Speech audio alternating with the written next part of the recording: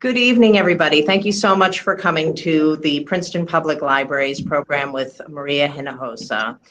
We are thrilled to be able to offer this event through the generosity of the Pace Center at Princeton University and the Hun School of Princeton. I want to take a few minutes just to orient you to Crowdcast. Not everybody is familiar with it. And I also want to thank Maria Puega, who has offered to do this simulcast in Spanish. The link to the simulcast is at the top of the text, or if you see the schedule above, you can go to session 2 if you're looking for the Spanish simulcast. If you want to buy a copy of Maria's book, there is Purchase Once I Was You from Labyrinth for a 10% discount just there. We have the chat, which I'm going to disable as we start our presentation, but you can ask a question the whole time here in the Ask a Question function. If you see a question that's of interest to you, or that's something you really want to know the answer to, you can upvote it, and then we'll make sure to ask it. To begin this program, I'm going to bring on one of our co-sponsors, representative of one of our co-sponsors, David Brown from the Pace Center, to introduce the two people who will be in conversation with Maria. Thank you. Hello, everyone. The Pace Center is grateful to be one of the sponsors for tonight's program, and I am honored to introduce my two university colleagues in this evening's conversation. First, we have Elizabeth Cohen. She's professor of political science at the Syracuse University and associate editor of the American Journal of Political Science. She's the author of 4 books: Illegal, How America's Lawless Immigration Regime Threatens Us All, The Political Value of Time, Citizenship, Duration, and Democratic Justice, Semi-Citizenship in Democratic Politics, and Citizenship. In addition to her scholarly writing, Elizabeth has also published op-eds in newspapers such as The Atlantic, The Washington Post, and Politico. Elizabeth's research interests focus on immigration, contemporary political theory, justice, citizenship, and rights. At Princeton, she is hopefully working on her book about the political significance of line weighting and first come, first served as a distributive principle. She is also researching the rise of short-term immigration and the causalization of citizenship in the contemporary United States. Joining her will be Dean Khristina Gonzalez. Dean Gonzalez serves as the Associate Dean of the College and Director of Programs for Access and Inclusion at Princeton University. In this role, she is responsible for programs and initiatives within the Office of the Dean of the College that support and advance Princeton's commitment to inclusive undergraduate student body. She plays a leading role in the creation, implementation, and management of strategic initiatives designed to enhance the experience of students from lower socioeconomic backgrounds and other historically underrepresented groups. In this role, she oversees the Freshman Scholars Institute, which I can vouch is an outstanding program, a pre-orientation program for incoming first-generation lower-income Princeton students. This Scholars Institute Fellows Program, a 4-year mentorship community for historically underrepresented students at Princeton, the university's transfer program, and the Mellon Mays Undergraduate Fellowship Program. In 2017, she co-founded the FGLI Consortium, a national professional organization that provides leadership, expertise, and resources around the experiences of first-generation and or lower-income college students at highly selective universities and colleges. Thank you so much, David.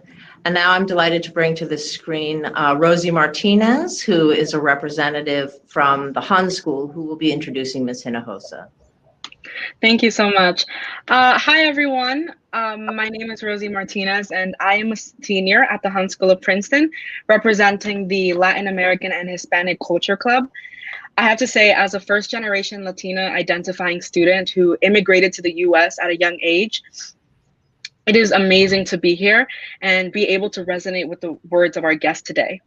Today's guest is an award-winning journalist who has collaborated with the most respected networks.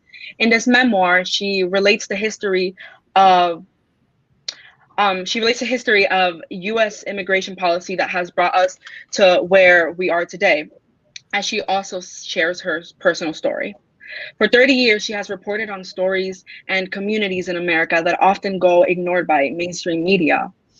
In Once I Was You, she shares her intimate experience growing up Mexican American on the south side of Chicago and documenting the existential wasteland of immigration detention camps for news outlets that often challenge her work.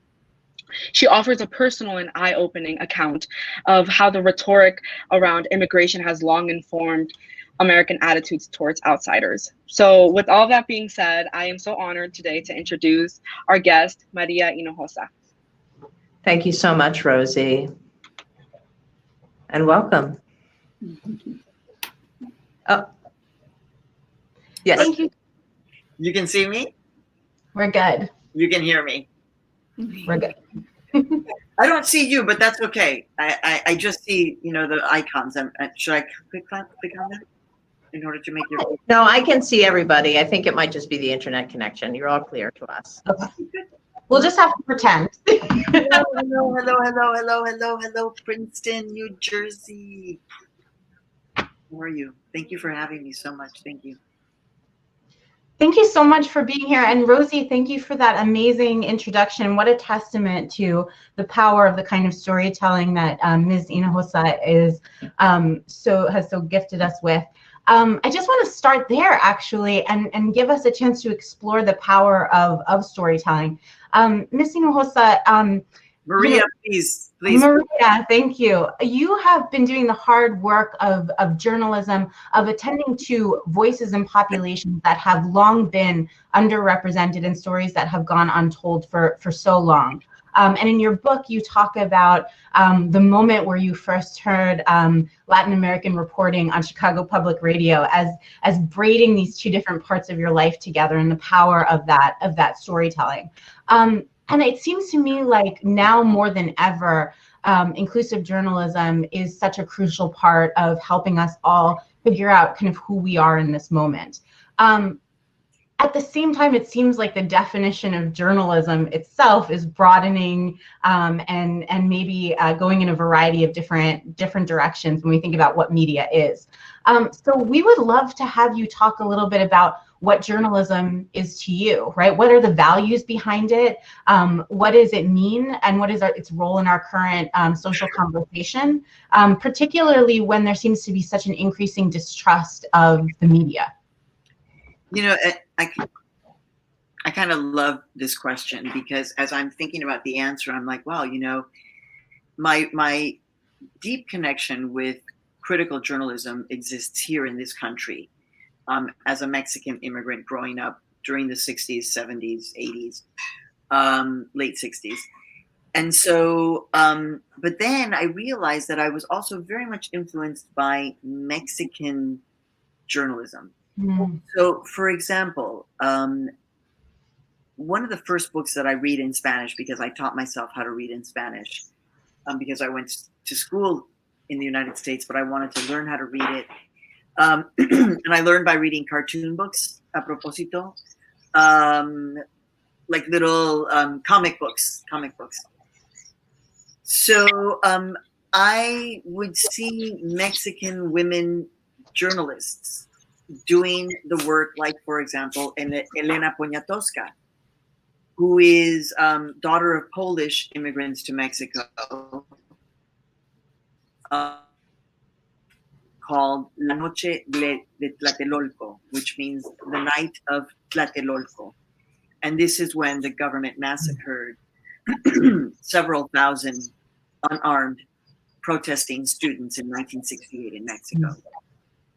So this is a piece of work that it's journalism. It was in book form. It was very graphic, the photographs. So I kind of love that and this is the Spanish version of Once I Was You, but like there's graphic, there's photographs, and it's like nicely done. And this book, La Noche de Tlatelolco, had the same thing. So that marked me in understanding kind of journalism, documentation, uncovering human rights abuses. And that coupled with my experience of really our family never missed 60 Minutes. Never. We never missed it, which is why it's such an important part of my life story. book. It's like, okay. You know, and I was on CBS this morning on the podcast, so I don't know, that's kind of interesting. But, you know, so I think that those two experiences really helped me to understand the role of journalism. Something else happens when you are the first, you know, when you are the first Latina in many of these newsrooms, right? And I've talked about this a lot, which is you understand your privilege. I mean, I had privilege to be hired at NPR. And so then I had responsibility. And then I realized that in terms of what journalism means to me, it is not staying at the surface of things, right? It is accountability journalism. It's also storytelling. There's a human element to it. There's a heart to it. And all of these things that I'm saying are actually things that, as I'm saying them, I'm thinking about CBS, and I'm thinking about Bradley, and I'm thinking about Walter Cronkite. You know, I think the difference is that right now, actually, since I formed my company, when I finally took the reins and I said, okay, enough of this, enough of waiting for somebody else to tell me that my story was good enough, my story idea was good enough for it to be greenlit. Somebody else, usually a white man or woman, is when I created Futuro Media, and understanding that journalism in the United States, that's when I really understood that I was tied in this long arc of journalism from journalists of color and of conscience, tied to Frederick Douglass, tied to Ida B. Wells, tied to Ruben Salazar. And here I am, you know, along the way I discovered Jovita Idar, a name that a lot of people don't know, but I hope it starts getting out there a lot. And so that is when I understood that the journalism that they were doing was fact-based, but it was also clearly not from a white perspective. It was not. Yeah. That role of being journalists of color and of conscience is an essential role of the journalist throughout history. I think that might answer your question. You can tell I get a little passionate about this, especially now when I feel so, frankly, scared by what's happening in our country. Yeah, no, and I just love your formulation of the ways that these traditions are there, right? It's not that we don't have ancestors. It's not that there's not a lineage. It's just that that lineage is never given credit in these predominantly white institutions, right? So I'm really curious now, you brought up this moment when you were first starting to work in these newsrooms, right? And when you, before you had, you know, this amazing media company, and before you had your own show, and before you could set your own values, you had to navigate those spaces. You know, a lot of my students come to me and ask questions about how we navigate these spaces that are historically white, that are still ingrained in white supremacy. And I would love to hear you talk about the advice that you have for young people about navigating these spaces when you might not yet be the one in charge and setting those values, and what it was like for you. So today I did an Instagram Live with Mariana Antencio, who is a former NBC News correspondent who left NBC News to start her own company, which is kind of amazing. You know, it used to be that NBC News was the top, getting to be a correspondent. And she's like, yeah, I've done this and I'm going to do my own thing now. And one of the questions was precisely around the imposter syndrome. And when you read Once I Was You, it turns out I didn't think I was going to write about this. I really, when you know, there were certain things I knew I was going to write about, but when you're writing a memoir and you're just doing the memory stuff, and it's just like, wow, I was always accompanied by the imposter syndrome ever since I got into high school. So I write about actually having panic attacks every morning for like 2 months, not even knowing that they were panic attacks, because I was getting ready to go into high school where I was definitely like, what am I doing here? It was a private high school. I was the only Latina, out Latina. And so the imposter syndrome became a good friend of mine.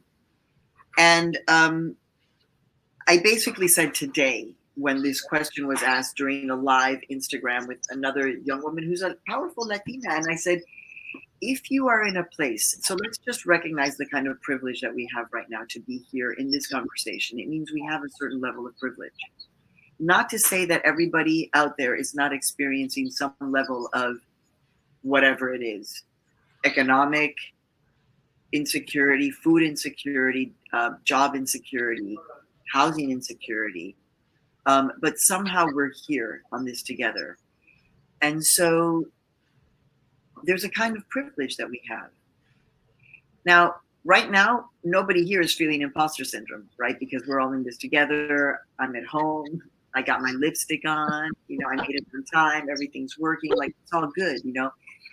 But if you are feeling the imposter syndrome because you are in a meeting with top PhDs who are, you know, historians on the Afro-Latinx experience, and you are, you know, making an argument to be accepted into the PhD department, and you're having imposter syndrome, that's when you really need to say, like, okay, hold up. So I made it all the way to here.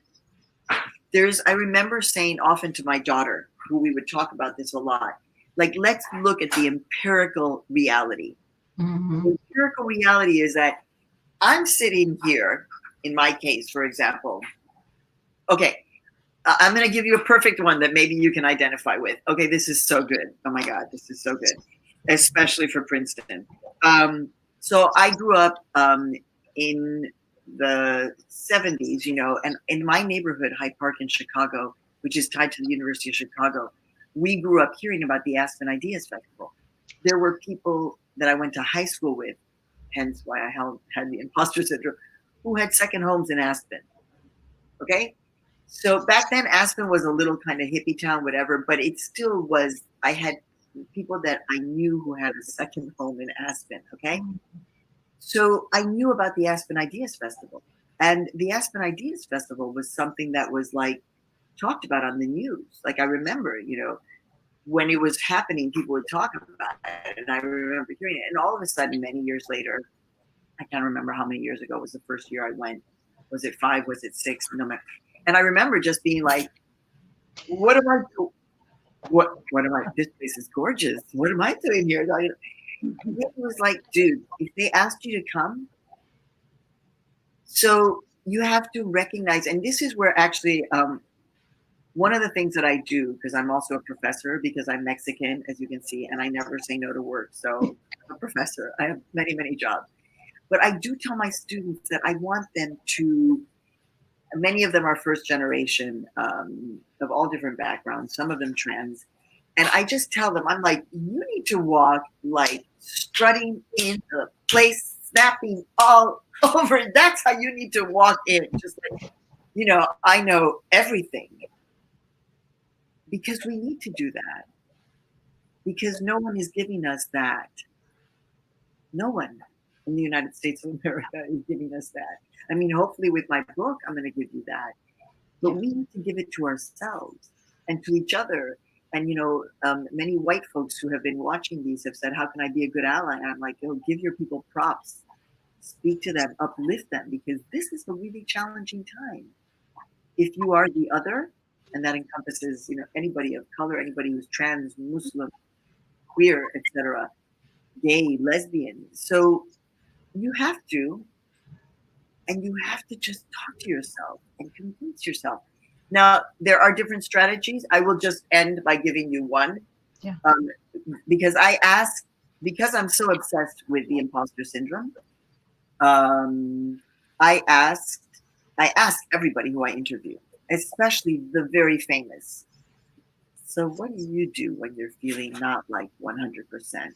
And so Rita Moreno, you know, who is an EGOT plus a Peabody. So she's got it, you know, I mean, next, you know, she's going to write a book and win a Pulitzer, and it's going to be the EGOT PP. So, you know, Rita Moreno was about to go on to perform live at the SAG Awards. This was like 3 years ago. She was 84 at the time, or 85. And she was going to be performing live for like the entire world watching, you know, because the SAG Awards are now international. And I said to her, what do you do when she said, oh, I have that all the time. Mm-hmm. What I do is that I've already named the voice. And she spelled out the name, Juanita, Rosita, Susanita, Manganita, Perez. Gonzalez, Trujillo. And she's like, and then she lay, and she's like, y te vas a tu cuarto, and you go to your room, you are punished. Don't come out. So everybody has it. There's somebody right now in the White House who doesn't, which, you know, that's very unfortunate, because this person thinks he can do anything. And, you know, it all stems from his insecurities. So insecurity, you know, can be really, it can kill you, right? It can take you down. We need to understand that we have to talk ourselves up. We need to just be like, oh yeah, I own this. I do, absolutely do, because we have to. That's awesome. And I have to tell you, I had the same experience. I got invited on a scholarship to go to the Aspen Ideas Festival, and I dropped a shrimp on the floor of the opening reception, and I was like, they're gonna ban me. That's it. They've discovered I have no idea what to do. So why are they serving that kind of food? It's like, it's always gonna like, it's the wrong food. It's the wrong food. It's the wrong, anyway. I have to say, I just love that you're pulling back the curtain on imposter syndrome, because it's so incredibly important to people being able to advance, that they understand that this is something almost everybody deals with. It is something that one can overcome. And it's particularly important, I think, in a context in which there's pretty loud white supremacy in the room a lot of the time. I'd really like to kind of flip this around a little bit now and ask you what it is like in the substance of your work to have to confront racism and white supremacists and nativists. And I'm just, you know, I've already kind of came into reading this book with some sense of all the array of people that you have interviewed and approached as a journalist to the reporting and the stories that you have. But then in the book, of course, I ran across a name that's familiar to me, and that's Mark Krikorian, and I kind of did a double take because, you know, I see the guy on Twitter sometimes, but I've never actually had to talk to him. And I'm just wondering, like, how you prepare yourself to deal with somebody like that, who is just opposed to, you know, the presence of many of us in this country. How do you deal with people whose work it is to dehumanize anyone who's foreign born? How do you handle the cognitive dissonance of interacting with like CBP and ICE agents who actually practice these ideas? Like, how do you do that? And do you have any advice for people on how to deal with that? I love this question. I am a journalist at heart. You know, I think what's really hard for those of us who are journalists at heart is when we are questioned in the most basic ways, because it's like when you're an academic, you know, it's like you're an academic at heart, you know, you can't get away from it. It's like you breathe, sleep, even though it's just like, it's such an important part of your identity, right? And so I kind of operate in that sphere, which means that, and I learned this from my mom, who learned it from her mom, who, you know, in Mexico we say pata de perro, which means it's somebody who's always out on the street talking to people. And so my mom spoke to everybody, and she spoke to everybody in the same way. She spoke to everybody, and she demanded respect from everybody in the same way. And so I was like, well, I can speak to anybody. Now, as a journalist, what that means is that I have to be able to speak to anybody. And I have to be able to not like to actually be listening non-judgmentally. And the first time that really happened journalistically was when I was interviewing kids who were just rowdy kids, not exactly gang members. It was my first book, actually, Cruz, Gang Members Talk to Maria Hinojosa, which I'm sure you have at the library. I think it's out of print now. But it was basically them expressing themselves and me not judging them and asking, like, so tell me why you do that. Like, so really? So what is that about? Like, just curious. So there's an element of that, but I'm thinking about, for example, it was very early on in the mid 1990s when I was reporting on white supremacy. I had to fight to get that story on the air. And the only reason why it ended up on the air was because 2 white supremacist teenagers murdered their parents, hacked their bodies to death. And that was in Pennsylvania, not far from Princeton, actually, Reading. in that area that had one of the highest rates of white supremacist activities in the country.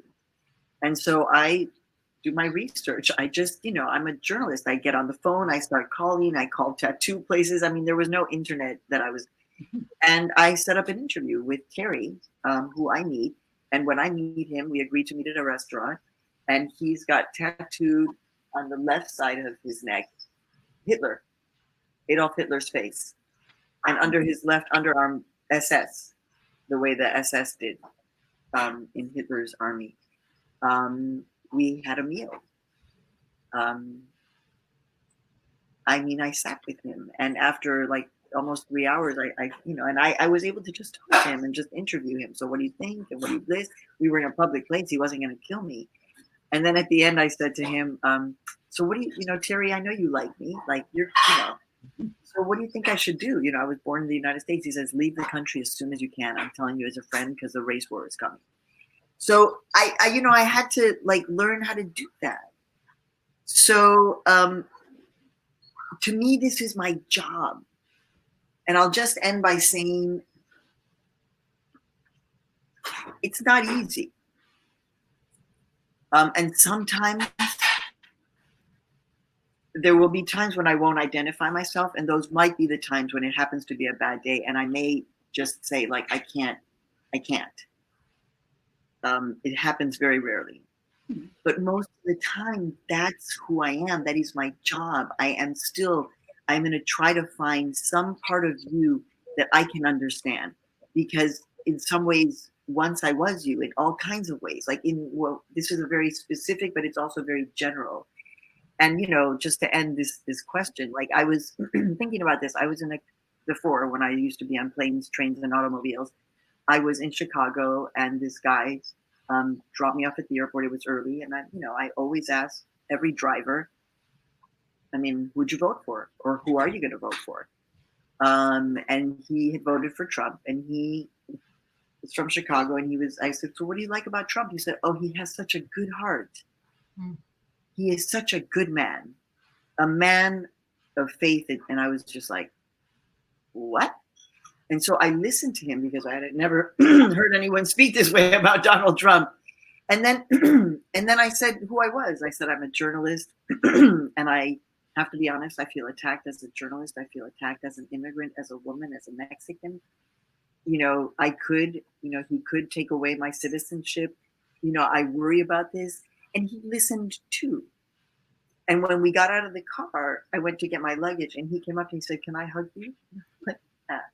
And I put that on my Twitter, because again, people will see that I have some kind of an agenda because of this, but actually I'm very transparent.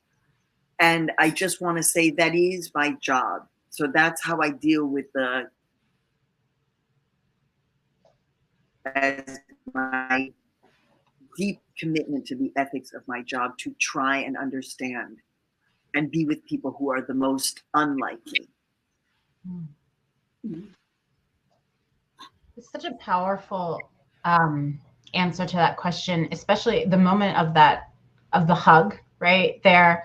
And I think, Elizabeth, I know you had a similar reaction to the kind of like cyclicality of the stories in your book, Maria, and the way that, so much of the language, the racist language, the anti-immigrant language that you detail from Reaganite USA is still so present today, right? And the conversations that you're having with, white supremacists about, these kinds of ideas that the Nazi Party held, right? And this kind of idea that we're still going through this. And I what I was wondering is how do you deal with the frustration of the cyclicality of those narratives? How do you handle like the notion of hope, right? Like, how do you still hold on to that to form those connections despite, what you see as clearly repetitive? There are some days when I have no hope. I just have to be. There are some days where I'm just like, okay, my God, and so those are days when I try to lift myself up. I cannot. We look what we are facing right now. is extraordinarily, I mean, look at the front page of the New York Times today. You know, Trump again says that he will not honor the, I mean, what is going on here?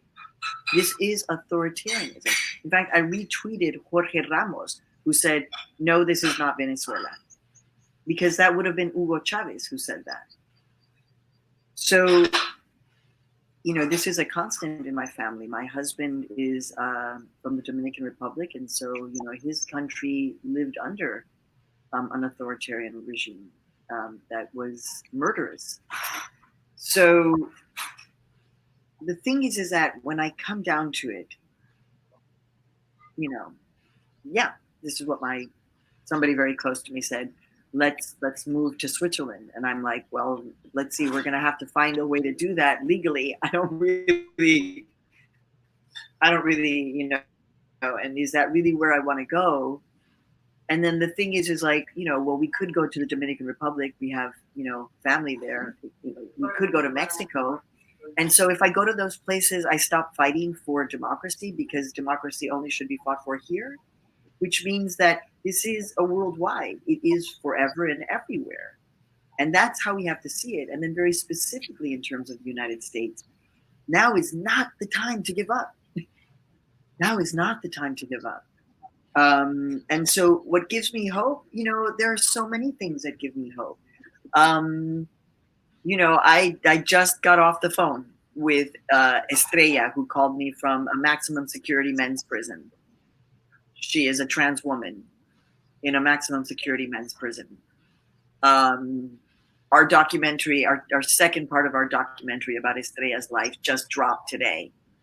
She's calling me from prison. We're laughing about the fact that I told her, I said, Estrella, your cooking got talked about, you know, on national radio. We also just took down the Texas Department of Corrections. What Estrella says there is groundbreaking. It just dropped. And so I'm hopeful about the fact that Estrella owned her voice and is telling this story. I'm hopeful about the fact that there are my students who still come in and like, they now look at Alexandria Cortez and this notion of like, well, I think I might run for office. It's like, it's for real. It's for real.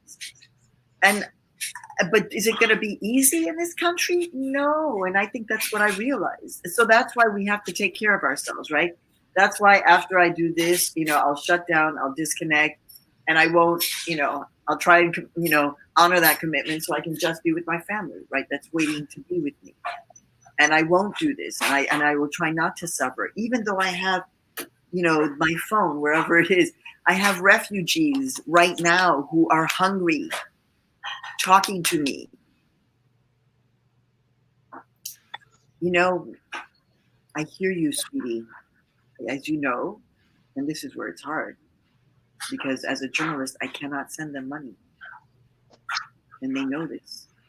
So I feel this like in my skin. I mean, I could start crying right now. I'm not going to do that. But yeah. And so that is why I'm not going to give up. And why every single one of you, you know, there are places in New Jersey where people are being taken and held. And please understand, these are not all of these, people are not criminals. They have green cards. So many of them, they're your neighbors. They're your neighbors. They play with your children or your grandchildren. And suddenly, you know, Juan, well, actually many Latino kids now have names like Ashley and Kevin, you know, but they're Latino and they're gone. Why? Because mother or father was taken and family left. So we are all intertwined in this. And you know, on the understanding of the Black Lives Matter movement, which again, so many, you know, started the first day a Black person was brought here in chains, and here we are still fighting that. And so then we're gonna say to Harriet Tubman, "Why do you still have hope?" She's my, I mean, Harriet Tubman, there's a statue of her not far from where I live. I talked to Harriet. Frederick Douglass, there's a statue not far from where I live. Frederick Douglass was born into slavery and ran a newspaper. I can do this. So that's that, and we need to be talking to ourselves like that, which is why I meditate every day. We need to find. That's why the book. I'm so hopeful that this book connects with people, because there is the stuff that you need not only for the heart but also for the brain that will make you understand why you have to be present, witness, owning your voice and owning your power. So I'm kind of want to come back to this idea of cycles that we deal with, because this cycle of increasing resistance and white nationalism is very much on our minds. And as a political scientist, I think I'm asking you to do a little reporting here, but there's this other longstanding pattern in U.S. history, which is that immigrant groups arrive and they're treated poorly and they're not welcomed, and they are told that they're not welcome for many reasons, including the fact that they're not white. And many, not all times, part of the process of becoming accepted and maybe even coming to be seen as white has involved treating newer generations of immigrants as if they're not welcome, as if they're not white, and as if they're not entitled to be in this country. And I think with the election coming, a lot of us are wondering, like, are we going to see any of this pattern playing out with Latino voters? Is there going to be a sense that like ingratiating oneself with the right is actually a way to become more powerful? And I just would really like your perspective on this as somebody who has seen generational turnover, both as a reporter and as an immigrant living in the United States. I mean, we have to grapple with the fact that 25%, let's just say, to round it off, of Latinos and Latinas in the United States will vote for Donald Trump. You are not seeing those numbers in the African American community. You will not see those numbers. So that it's complicated, right? There, as a political scientist, so forgive me but we've got 20 minutes left, so I'm going to have to make some generalizations based on some of the reporting that I've done. Yeah. And also not conjecture, but some prediction, because this is a hard one, right? How do you tell somebody that they hate themselves? How do you say that to somebody? What you're manifesting really is self-hate. But here's the reality. When you see yourself being targeted so much by a party and a person, multiple persons, and then acted out, then you can definitely say, I don't want to be that. Yeah. I do not want to be that. And that is not me. So don't call me a Latino, don't call me a Hispanic, and don't call me Mexican, okay? I don't know what y'all are talking about, And you will see this is happening, right?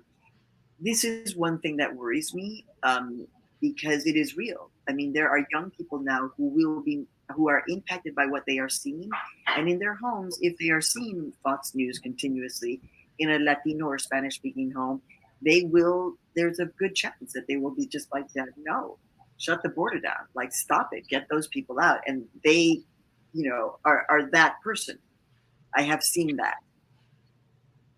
So the other thing, though, is that Latinos and Latinas are living through a moment like 1968, which I lived through. And at that moment, I was identifying as a little girl, but my mother, who was older, and my older brothers and sisters were identifying with the civil rights movement. Clearly, there was no ifs, ands, or buts what side the Hinojosa family was on, even though the only person who was a citizen was my dad. And so Latinos and Latinas are living through that moment right now, and many of them are identifying with the Black Lives Matter movement solidly. A generation, my adult children, no ifs, ands, or buts where they stand on this issue. In fact, it has radicalized them. And so, like them, many. And that is a moment in history where that's very interesting So as we say in Mexican Spanish, te puede salir el tiro por la culata, which means that it can backfire, right? This actually radicalizes more Latinos and Latinas, and it can be the other side of that self-hatred part. It's happening as we speak. It's happening in, the homes, in families all throughout the Princeton area and that part of New Jersey and Pennsylvania, which are filled with Latinos and Latinas, filled. So what I would hope to make it really wide for those who are watching is what we really want in terms of political engagement, voter turnout, and Latinos and Latinas and immigrants feeling like they own this. Because the Black community, again, has showed us, right? We need to be talking U.S. politics morning, lunch, and dinner in our homes. The way in my family. And the kids might be like, okay, can you stop? Can you whatever? It doesn't matter. Every morning, lunch, and dinner, it's a casual thing. It doesn't have to be like, oh, my hair is on fire. But it has to be this understanding that we own the politics of this place. We own the politics, the local politics, the state politics, the national politics. And we have to take that back. And, the children of those Trumpy voters, let's say, the ones that I've been speaking to in Texas, the children of those Latinos who will vote for Trump a second time because they're afraid that Biden is a socialist. Yes. The children are not going to vote for Trump. And that might be a secret. I don't think it's, I wish I could say because Texas is just a non-voting state, but that it could be a turnout that is interesting, one to watch. Yeah. Go ahead. No, go ahead. I think we have maybe time for a couple more questions before we move to the audience Q&A. Does that sound about right? Yeah. Okay, so I'm going to skip ahead a little bit because there's and for people who are actually have their copy or are about to get their copy, I'll just say I found this on page 239. But anyway, you talk about this idea that we need both bold legislative action, but then also you use the phrase, we need a new narrative around immigrants. And you are somebody who has spent her life creating narrative and contributing to the narrative that the whole country is a part of. And I'm just wondering if there are steps you think that those of us who want to help make this happen can take.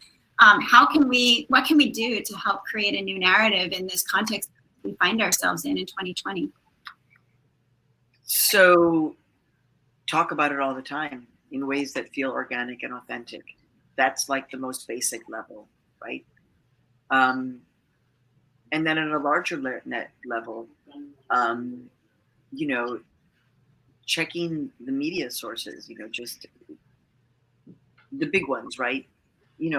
The New York Times, I haven't, because I go through different feelings about the New York Times, even though it looks like my review is about to be published in the paper this Sunday, apparently. But, they still use the term illegal. And it's just like, what is going on here? So they are contributing to the negative narrative. They are. And they will be shamed for that, but they're the New York Times, so it's hard to take it down.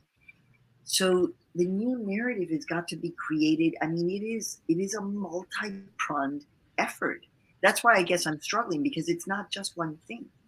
This narrative, that's what Once I Was You is saying, because it's kind of like, when I come to this country as a Mexican and then I have my green card and I'm just like, I'm going to become a citizen. I'm like, Statue of Liberty, I like this, but then, wait a second, but it's like, but all of your policies are actually against immigrants. So is this false advertising? And that's basically what I'm trying to come to terms with Once I Was You. It's like, why are you saying this and doing the other? And so we have to take the narrative back. Yeah. Your work that you do, both of you, is part of that. And so, I mean, it's as complicated as writing textbooks, right? Getting into the business of writing textbooks and actually reframing as much as we can, right? The truth from a multi-layered American perspective. It cannot be Dick and Jane's perspective. I'm sorry. It cannot be that.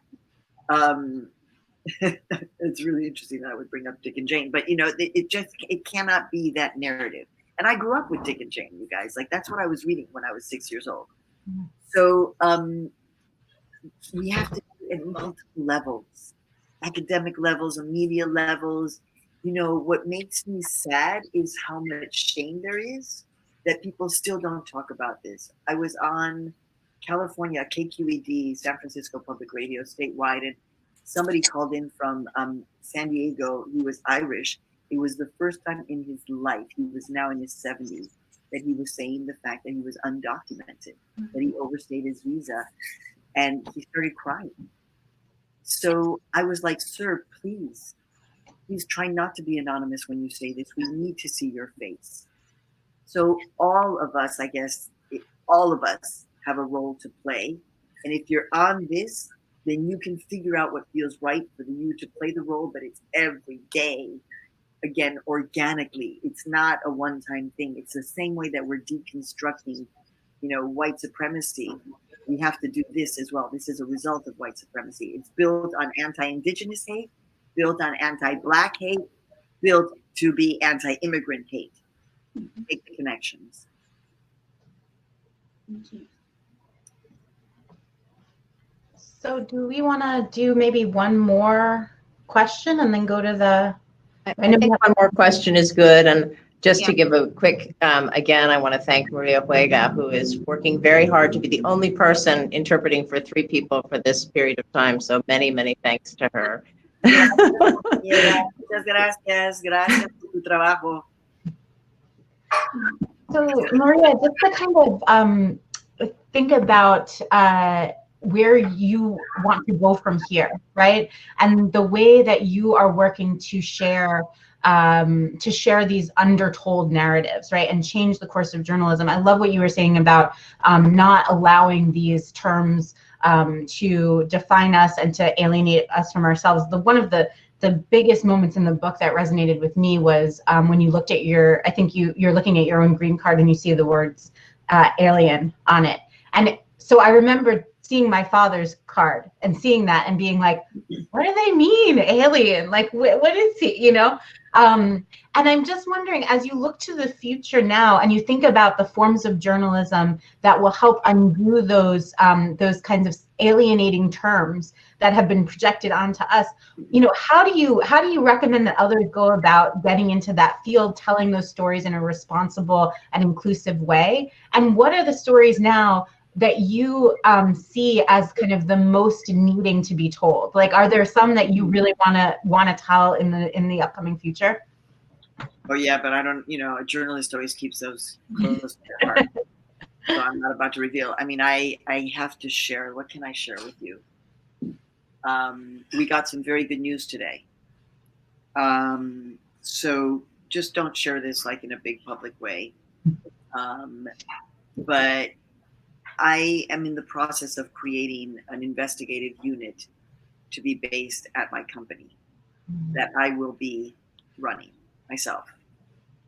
So we are now about to develop deep investigative journalism looking at Latinos and Latinas and immigrants. There is no place else in the country that I know of that is doing national deep investigative work focusing specifically on Latinos and Latinas and immigrants. Kind of hard to believe and yet not hard to believe. So I can tell you that right now, I was just talking with my co-executive producer and it's just like this. I can share one story that we already reported. And I think we did a beautiful job. Well, one, please listen to Estrella on Latino USA Today and let me know what you think. And if you haven't heard episode 1 of Estrellas, you can always start with that too. But we did reporting about Mississippi. Mississippi a year and some ago was the place where the largest workplace raid happened. Over 700 people were taken from their jobs, chopping up and, cleaning chicken parts, for God's sakes. They were at work at a chicken plant. Many of them don't even speak Spanish. They are from the most beautiful highlands of Guatemala, indigenous people with ancestral traditions that we say we love and respect when we go as tourists to their country, but they're there and working, and they were taken, and many of them are now forced to wear ankle shackles, which is for them a form of slavery, and yet they love Mississippi.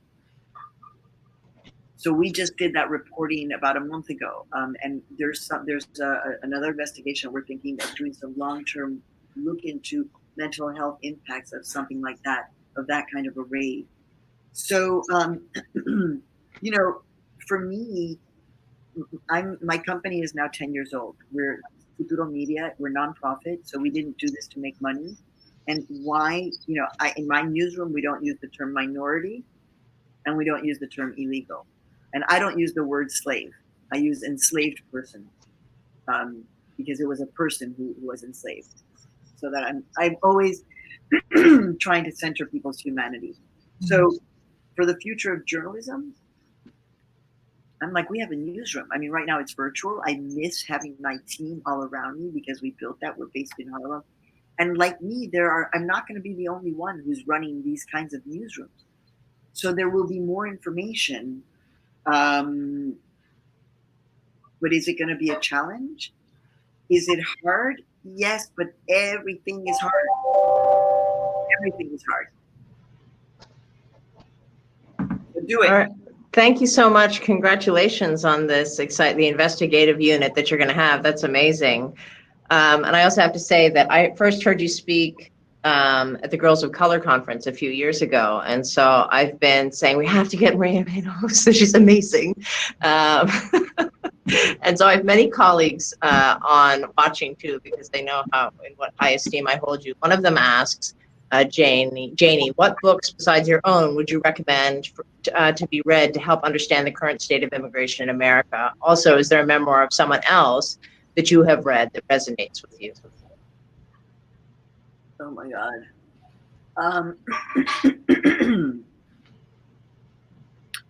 It wasn't a memoir, it was a biography. It was Frida Kahlo's, written by Hayden Herrera. That really struck me as how you do personal and also political history.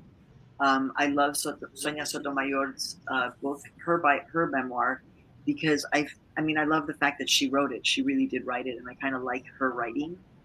I appreciate her writing.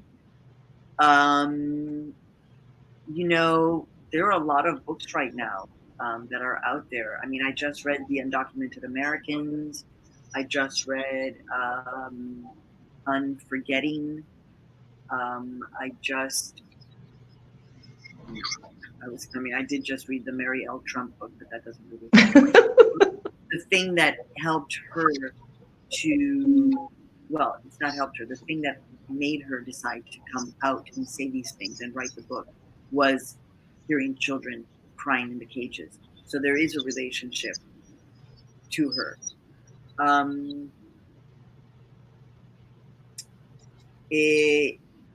not going to know her name. I think the name of the book is There Are No Strangers Here. Valerie Howard, Kaur, I think. I just read it, and she is Indian American. I'm not going to get the right religion, but it's a beautiful, it has nothing to do with kind of Latinos and Latinas, but in terms of kind of understanding beyond. I love that book. I just read the young adult version of Stamped, which I think, you know, for me, was very, very powerful yet again. But that, you know, that gives greater context. Stamped, actually, in the young adult version, I really wish that they had done much more thorough work reporting on the immigrant issue, but they didn't. They really glossed over it. So it's important for the greater context. And there are so many books right now that are out there. So that was just, I really need to be carrying around so that when people ask those questions, I mean, oh, well, here's my list. Because I hope that helps. It does. It's great. And I think it's true. There are, you know, we're getting better at lifting lots of voices, and it's really exciting to see. Oh my God, I am having the time of my life with Instagram literary influencers. And by the way, I can go a little bit over if you can. I don't have a hard. Yeah, it's okay. Thank you. But what we are encouraging people is we want people, either if you have a book club already, then read the book and let us know. Get in touch through Instagram, Twitter. Let us know. Just say, I'm doing a book club and we're doing your book, because what I'm going to do is we're going to do like random Zoom crashes. That's so fun. People will be like, we're doing our virtual book club and we're meeting, on these different days. And one person will know that there's a chance. And then I'm just going to do a Zoom crash and just be there for like 15 minutes and answer whatever questions people have. Oh, that's awesome. So One compliment that's getting upvoted is not a question, but thank you so much for sharing your voice with us and lifting the voices of so many others through your work. Thank you. And then 3 people have asked, what term should be used instead of illegal? So illegal is not a noun. Remember that. So illegal is not a noun. So a person cannot be illegal. They may be living illegally in the country, but they are not illegal. And I learned this from Elie Wiesel, who told me the first thing the Nazis did was to declare the Jews to be an illegal people. Yeah. We never use that term. So you can say, again, crossed illegally, are living illegally in the United States, are living without authorization, somebody who has not regularized their immigration status, somebody who is undocumented, somebody who, overstayed their visa. You can be specific, but just, it's kind of, I prefer, because we're such a place of criminalizing immigrants who have done really nothing wrong. And these detention facilities are filled with people who have done nothing wrong. I'll quote the sheriff of Illinois, who said, ticky-tacky crimes. He was like, these are ticky-tacky crimes. They should not be in those places. So they are human beings just like us. And really, so many of them are like 100% American, because you can never tell who is an undocumented immigrant. You may think your neighbors are documented. You don't know. Right. Well, thank you so much, Maria. It's been a dream of mine to have you for so long. So this is dream realized. And thank you so much, Khristina and Elizabeth, for joining in conversation with Ms. Hinojosa. Thank you, Labyrinth, for selling books. Thank you, Hun School and the Pay Center for making this possible. And I hope that you have a wonderful night and weekend. And yes, go. One more thing. Find me if you can. And if you are diligent and find Lily, who is working with me, I will sign what we call a book plate, which is a sticker. I will sign it for you and put it in the mail. And my agent was like, you want to do this yourself? And I was like, well, I do have envelopes and I do have stamps.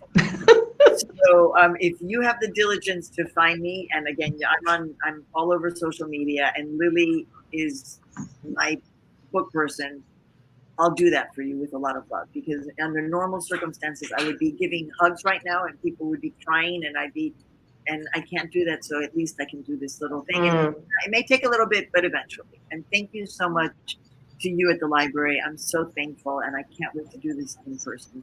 Yay. Good night, everybody. Thank you.